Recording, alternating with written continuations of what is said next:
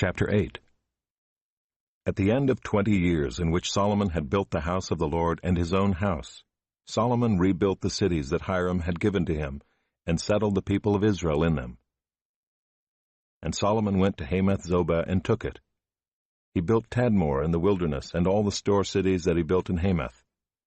He also built Upper Beth-horon and Lower Beth-horon, fortified cities with walls, gates, and bars, and Baalath, and all the store cities that Solomon had, and all the cities for his chariots, and the cities for his horsemen, and whatever Solomon desired to build in Jerusalem, in Lebanon, and in all the land of his dominion.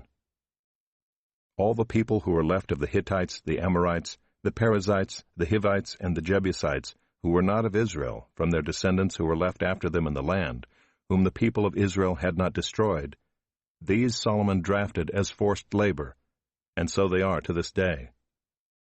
But of the people of Israel Solomon made no slaves for his work. They were soldiers and his officers, the commanders of his chariots and his horsemen. And these were the chief officers of King Solomon, 250, who exercised authority over the people. Solomon brought Pharaoh's daughter up from the city of David to the house that he had built for her. For he said, "My wife shall not live in the house of David, king of Israel, for the places to which the ark of the Lord has come are holy."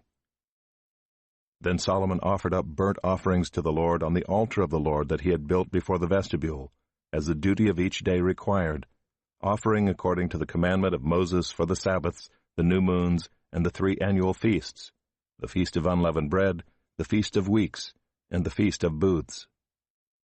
According to the ruling of David his father, he appointed the divisions of the priests for their service, and the Levites for their offices of praise and ministry before the priests, as the duty of each day required, and the gatekeepers in their divisions at each gate, for so David the man of God had commanded.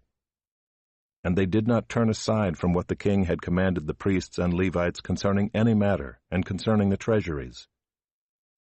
Thus was accomplished all the work of Solomon from the day the foundation of the house of the Lord was laid, until it was finished. So the house of the Lord was completed. Then Solomon went to Ezion-Geber and Eloth on the shore of the sea, in the land of Edom.